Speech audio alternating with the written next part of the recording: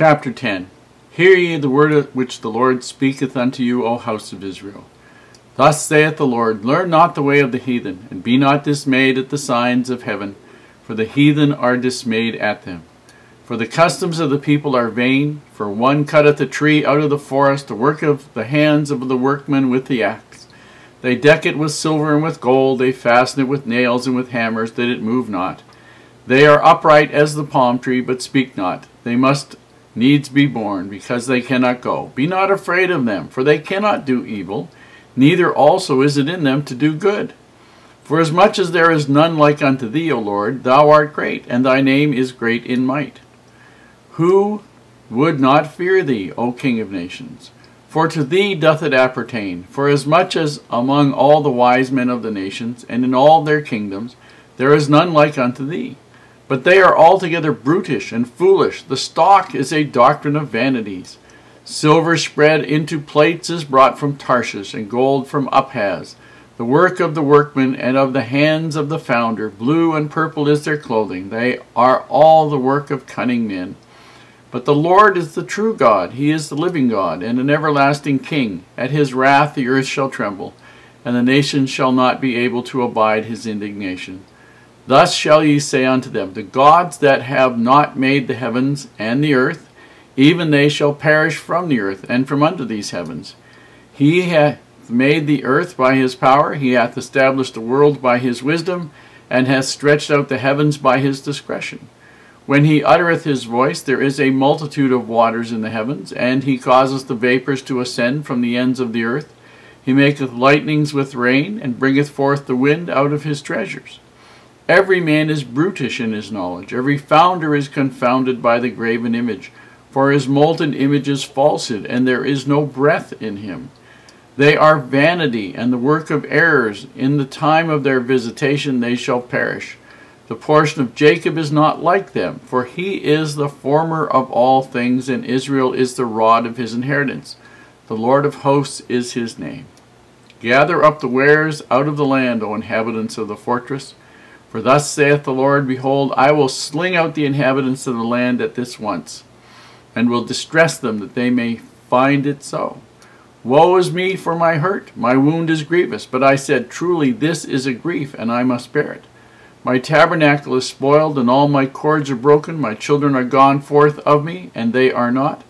There is none to stretch forth my tent any more, and to set up my curtains. For the pastors are become brutish, and have not sought the Lord. Therefore they shall not prosper, and all their flocks shall be scattered.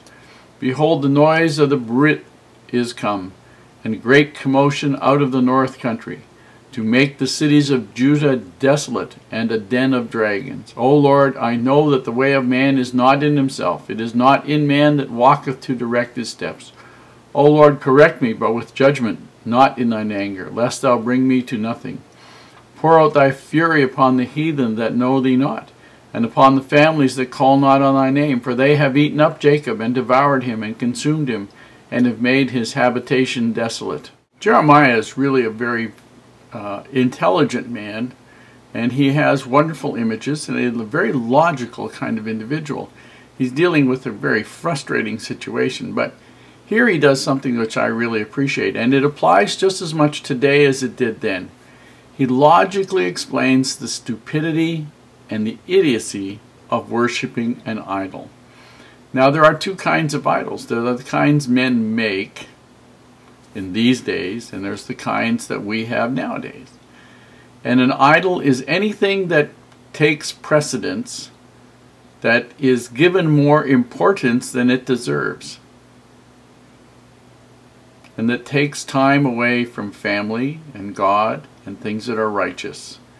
And you can make whatever excuses you like, but eventually, if we don't do the very best we can with the time we had, it might as well have been a dumb, stupid idol that we carved ourselves. Now, here Jeremiah says, just sort of summarize this, men take wood and chop a tree down and carve it and cover it with metal, or they make something out of stone, and they make useful tools out of these things and use them. You know, I can imagine somebody making a fork out of metal, or a knife or a spoon. I've got some that are made out of stainless steel here that we use in cooking. And they're useful things. We've got jewelry, got watches that have a little bit of gold in them. We've got building material, which is made out of stone and brick. And yet man in that day and now will take the same materials and shape them to make things that are different shapes. Well, it might be a 52-inch plasma TV that you bought. Or it could be a boat to go fishing with on Sunday. Whatever. And they make whatever it is to their own idea of something that's important.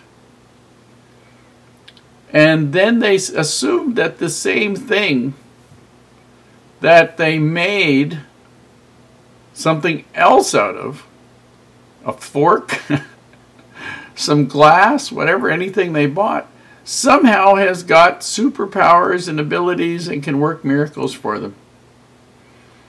You know, one of the interesting things is I remember seeing a short movie one time about this fellow who was really hung up on sports. And he had this great big huge projection TV, and he would, everything that he could possibly do, he ate in front of it, he had it in his office so he could look and work and all the rest of the stuff and have it on. And he ignored his family, ignored his children, and basically he was there for sports. That was his number one thing. He absolutely adored sports. And eventually he wound up all alone. It was just him and the TV because his family needed somebody who wanted to be there, cared about them. And it doesn't make any difference what it is. It could be sports, it could be computers, it could be a job, it could be anything. The point is, we are going to be judged on what we worshipped, what we gave our time to, that wasn't those things that Heavenly Father wanted us to give our time to. And if we give them to things that other than what we should, then we're going to be as miserable as these people were.